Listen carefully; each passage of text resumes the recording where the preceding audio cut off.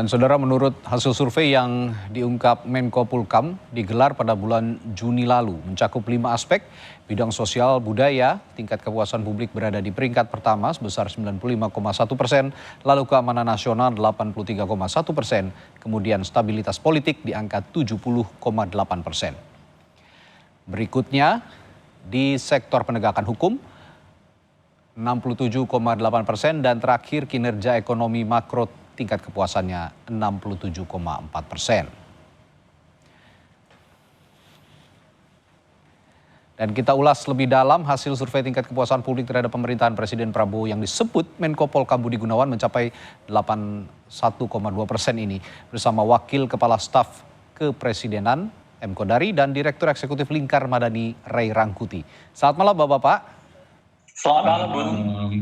Baik, saya ke Bung Kodari dulu kalau gitu. Bung Kodari, kalau publik juga banyak yang menanyakan sebagai bentuk pertanggungjawaban, ini survei yang dilaksanakan ini apakah melibatkan lembaga independen atau memang yang diadakan oleh internal pemerintahan saja? Pertama, saya bukan lembaga yang merilis survei tersebut ya. Jadi tadi kan sudah dikutip bahwa itu adalah dari Kemenko Polhukam. Nah, yang kedua, kalau saya cermati pemberitaan media, itu surveinya kalau tidak salah nih ya, mengutip dari Lingkaran Survei Indonesia, survei pada bulan Mei, dan itu sudah dirilis kepada publik. Jadi saya pun posisinya sama nih dengan Bung Rey dan kita semua di sini, posisinya sebagai orang yang mendapatkan rilis hasil survei. Saya kira itu penjelasan dari Bung Kodari kan sekarang berada di lingkaran pemerintahan yang diasumsikan tahu apa yang dibicarakan di dalam internal pemerintahan. Kalau begitu saya juga ingin tahu begini Bung Kodari, bagaimana juga pemerintah memastikan bahwa hasil survei ini juga mencerminkan opini publik secara luas begitu, karena publik juga kan harus tahu siapa yang disurvei dan sejauh mana keterjangkauan survei itu di seluruh wilayah di Indonesia. Ya, sebetulnya kalau mau minta penjelasan tentang hal tersebut harus ditanya dengan lembaga surveinya, karena mereka yang menyelenggarakan survei. Sama kalau misalnya saya dulu The Barometer melakukan survei, ya ditanya kepada saya. Kalau bukan saya bukan melaksanakan kan nggak bisa ditanya gitu. Cuman sebagai orang yang punya background dan lama di lembaga survei atau melaksanakan survei, saya pertama bisa mengatakan begini, bahwa kalau lingkaran survei termasuk salah satu lembaga yang sudah lama ya melakukan survei, sudah rutin, dan sejauh ini hasilnya akurat. Yang kedua, survei survei evaluasi kinerja atau approval rating itu juga biasa dikerjakan oleh berbagai lembaga survei. Nah, kalau saya lihat dari lingkaran survei ini dilaksanakan pada bulan Mei, saya juga cek sebagai perbandingan ya, karena ada undangan dari Kompas TV ini, maka kemudian kita ketemu ada survei dari, kalau nggak salah dari indikator politik, itu tingkat kepuasannya 79%. Lalu kalau nggak salah itu pada bulan Januari, kalau nggak salah pada sekitar waktu yang sama juga ada dari Harian Kompas melakukan survei, kalau saya nggak salah angkanya 80. Jadi sebetulnya kalau bicara temuan dari lingkaran survei tingkat kepuasan 81, sekian persen, itu sebetulnya sudah ada presidennya dan nggak jauh dengan temuan dari survei indikator politik Indonesia dan dari Kompas. Ya. Saya kira itu yang bisa dikatakan. Oke, saya ke Bung Rey dulu kalau gitu. Bung Rey, melihat Menko Polhukam yang merilis begitu ya, kepuasan publik 81,2%, ini kan cukup tinggi. Sedangkan beberapa bulan yang lalu, tadi juga sempat ditampilkan di berita pengantar, kalau tidak salah 2 bulan yang lalu ya, pada bulan April, Presiden Prabowo sendiri mengatakan bahwa kalau diminta dinilai berapa kinerja pemerintahannya dari skala 1 sampai 10, katanya beliau mengatakan 6 katanya.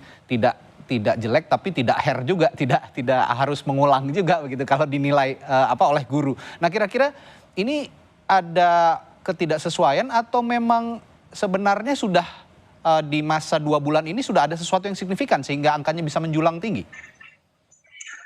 Iya, kesulitan utama kita itu, kita tidak tahu dari mana sumber survei yang disebutkan oleh Menko Polhukam ya. Jangankan kita, orang dalam istana aja seperti Kodari nggak tahu juga. Jadi sebetulnya bagi saya itu agak problem juga ya. Satu data yang disampaikan di dalam satu forum resmi, dalam hal ini di DPR gitu. Jangankan publik, orang dalam sendiri nggak tahu itu sumber datanya dari mana gitu. Lalu menilainya seperti apa gitu ya. Bingung kita menilainya, kita nggak tahu dari mana sumber datanya gitu ya. Nah, jadi orang dalamnya seperti Kodari nggak tahu dari mana sumber data itu ada gitu. Dan uniknya bagi saya DPR-nya juga nggak bertanya. Saat itu Pak Budi itu makanya politiknya dibilang kondusif katanya kan? Nah iya makanya itu data dari mana gitu kan kira-kira kan anggota DPR-nya mestinya juga interupsi dong ya supaya bisa dicek ya seperti apa sih gambarannya, apakah itu survei publik atau itu survei yang sifat internal. Nah jadi karena nggak disebutkan sumbernya dari mana, tiba-tiba angkanya muncul 81, sekian persen gitu. Ya bagi orang yang suka mendengar sukses sih dia setuju-setuju aja gitu ya. Oh bagus kata dia. Bagi orang yang demennya mendengarkan cerita sukses gitu. Tapi bagi orang seperti saya atau mungkin yang lainnya itu akan bertanya ini data dari mana gitu. Nah saya coba bandingkan dengan survei-survei lain per Juni ya. Dari beberapa lembaga survei. Sehingga saya ada 2 lembaga survei yang saya lihat merilis survei di bulan Juni, angkanya nggak sampai di 80%. Umumnya itu di bawah 70% kan. Ada 60, ada 70 sekian dan sebagainya. Pada intinya dari Januari seperti disebut oleh Bung Kodari tadi, di mana tingkat kepuasan mencapai 80% di banyak lembaga survei. Kalau kita lihat perjalanannya ke sini ini agak menurun. Kalau per Juni mengutip setidaknya 2 lembaga survei yang lain gitu ya. Nah, tapi kalau coba Bung Rey sebutkan nama lembaganya. Tadi kan Bung Rey saya sebut nama lembaganya. Ada Median satu. Median. Saya ya. Median. Cek ulang. Saya agak lupa lagi. Oh iya. Bisa lupa juga Bung Rey. Anda bisa Google. Gitu, ya. Anda bisa Google. Nah masalahnya di kita ini Bung Kodari. Saya ya sama aja. Saya kan juga mengatakan kalau dari pencarian saya itu temuan angka itu sama dengan lembaga dari lingkaran survei Indonesia. Saya kan bukan mengatakan tidak tahu sama sekali kan. Dari lingkaran saya melakukan pencarian juga informasinya. Perdebatan kita bukan di situ. Perdebatan enggak. Gini loh, Anda mempersoalkan sumber data. Saya kan mencari sumber data. Sebaliknya Anda mengutip data. Saya tanya juga wajar dong. Kalau Anda nggak bisa kasih informasi, makanya jangan terlalu sinis juga dengan sumber data itu. Perdebatan kita Bung Kodari, dari mana sumber datanya Pak Budi Gunawan? Iya, itu loh, makanya saya nanya Anda sumber data Rai Rangkuti dari mana? Kan sederhana aja. Satu-satu Bapak. Sebagai orang istana, di mana data ini keluar dari istana, Anda berposisi juga sebagai bagian dari istana. Tapi kapan dikatakan itu data dari istana? Itu dari Kemenko Polkam. Anda jangan putar balik fakta, jangan ngarang-ngarang. Kemenko Polkam itu hostnya Kompas ini kan ada menyebut bilang dari istana, nggak ada. Dari Kemenko Polkam ya. Dari Kemenko Polkam. Itu jelas Kemenko Polkam. Kok tiba-tiba Rai Rangkuti mengatakan dari istana? Ya, maksud Bung Rey mungkin begini. Saya tengahi sedikit. Bung Rey dan Bung Kodari sebentar. Saya tengahi sedikit. Mungkin maksud Bung Rey, istana itu juga kan bagian dari pemerintah. Kemenko Polkam juga bagian dari pemerintah. Saya tidak tahu makanya. Nah, tiba-tiba ada survei seperti ini, apakah dari istana juga tahu? Ini tolong moderatornya netral, proporsional aja kok yang disebut tadi istana, kok bagaimana? Nah, jadi sekarang kalau Kodari tidak menganggap Kemenko Polkam itu bagian dari istana. Pemerintah jadi Menko Polkam, pemerintah. Kalau istana itu ngacu kepada presiden, jelas beda. Jangan disamakan presiden dengan Menko Polkam. Bung Rey, Anda punya problem sangat mendasar dalam sebentar. Kita kasih kesempatan Bung Rey dulu sebentar, Bung Kodari. Kalau begitu saya sama Kodari posisinya sama. Yaitu sama-sama tidak mengetahui sumber dari Menko Polkam yang oleh Kodari sebagai orang istana nganggap itu bukan bagian dari istana. Kira-kira Nah, begitu mulailah gitu persoalannya insinuasi. kan. Nah, Anda ini katanya mau ngomong substansi. Oke. Anda Tapi begini. mau ngomong soal sumber menyebutkan data. satu Bagaimana saya mau diam? sumber yang Saya lain jawab aja. yang seperti Coba gini, masuk Oke. pada substansi. dalil Silakan dari masuk pada substansi. Begini, Bapak-bapak, sebentar. yaitu Bung Rey. dalil dari Ya. tunggu dulu dari LSI lingkaran yang per bulan Mei. Oke. Kan kira-kira gitu. Diadaptasi dari situ lah ya. Saya menyebutkan dalil yang lain. Oke. Yang menyebutkan sesuatu yang lain. Kita coba Jadi, gali orang Bung Rey. istana seperti Kodari Gini loh, dan saya udah yang di luar menyebut istana sumber itu datanya. dalam posisi Menurut yang saya itu sumber berbeda soal datanya. ditanya. Bung Rey saya tanya sumber data. Oke. Nggak bisa jelaskan. Oke. Kok Saya kemudian malah menyebutkan menyalahkan itu. saya? Bagaimana sih? Saya menyebutkan itu median. Ya satu lagi apa? Oke.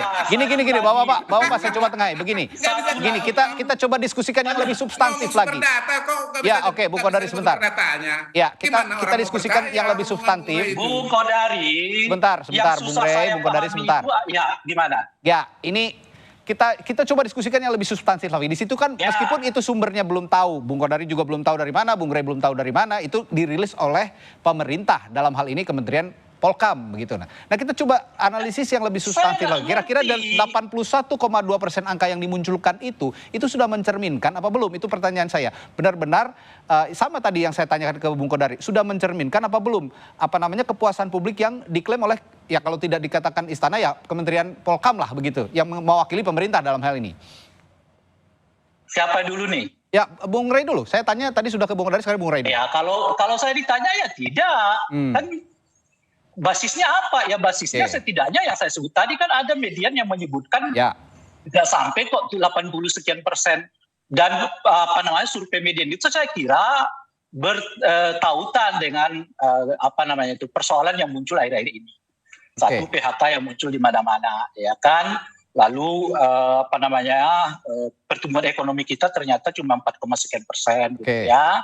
Lalu keresahan publik terkait dengan kinerja KPK, macam-macam dan sebagainya gitu.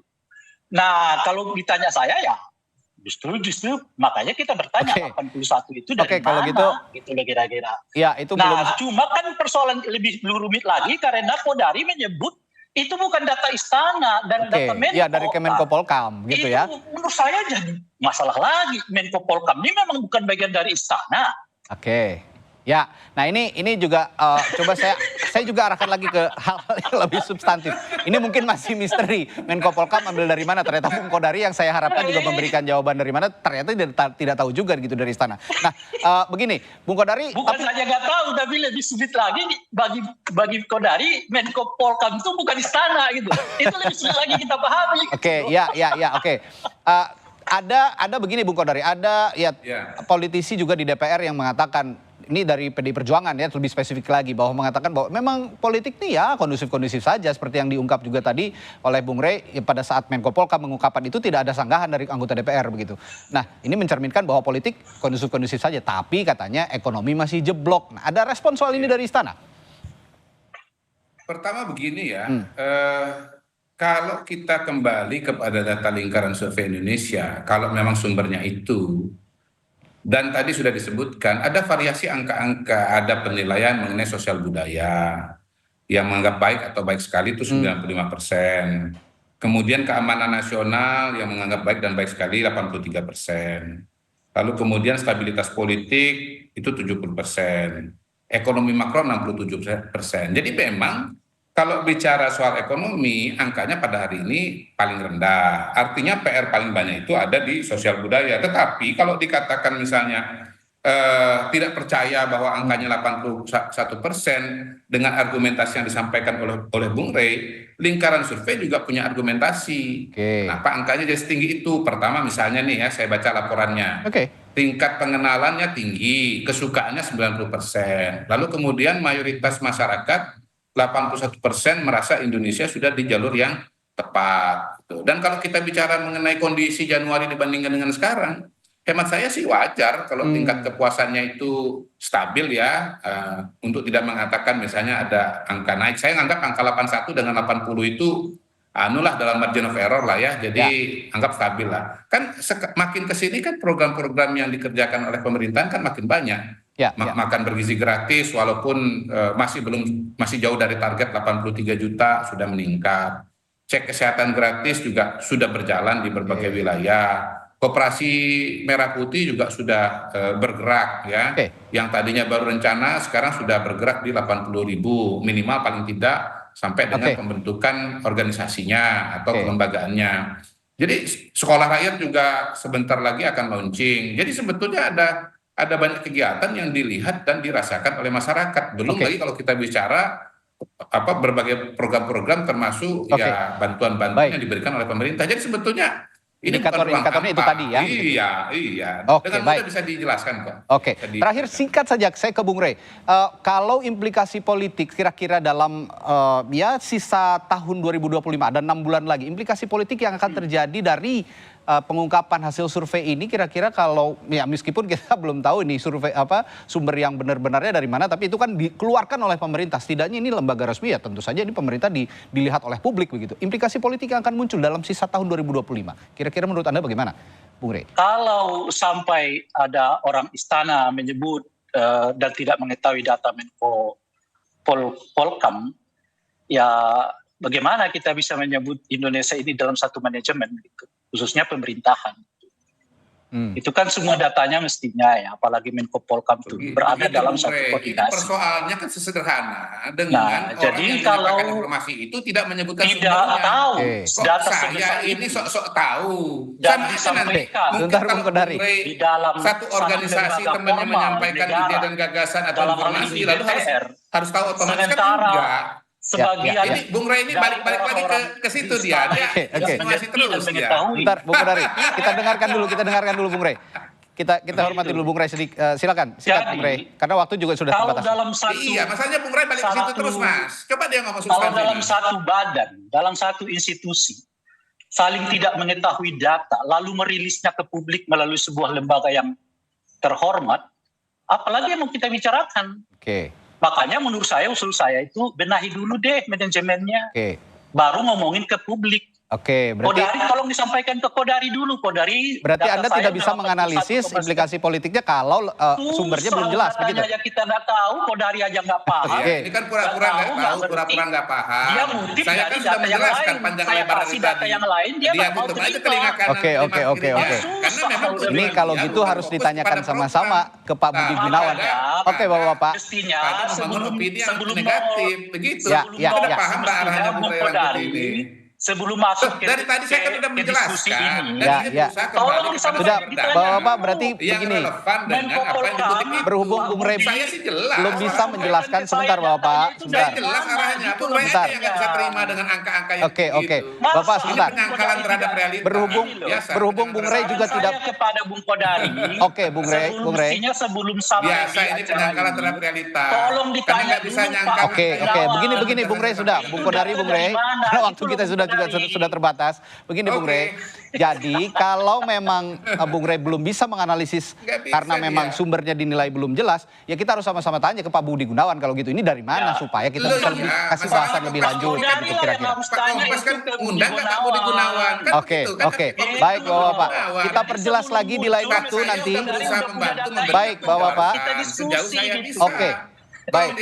Tolong dihargai dong. Saya udah berusaha memberikan penjelasan. Baik. Tadi Bung Kodari juga sudah menjelaskan indikator-indikator yang dari pemerintah. Tapi menurut Bung Rey, sebentar Bapak, saya tengahi dulu sebentar. Mohon maaf. Sebentar. Bapak, mohon maaf sebentar. Saya wajib tahu. Saya melihat Kodari. Bukan kantor saya yang merilis. Gimana saya wajib tahu? Oke. Kita akan sudahi dialognya. Kalau begitu kita akan analisis lebih dalam lagi nanti. Bagaimana indikator-indikator yang lebih jelas.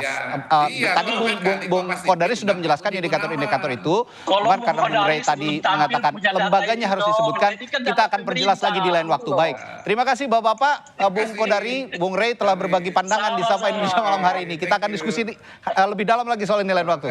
Terima kasih, selamat malam, sampai jumpa. Baik. Saudara, cuaca ekstrim yang terjadi beberapa hari terakhir mengakibatkan sejumlah wilayah di Indonesia terendam banjir.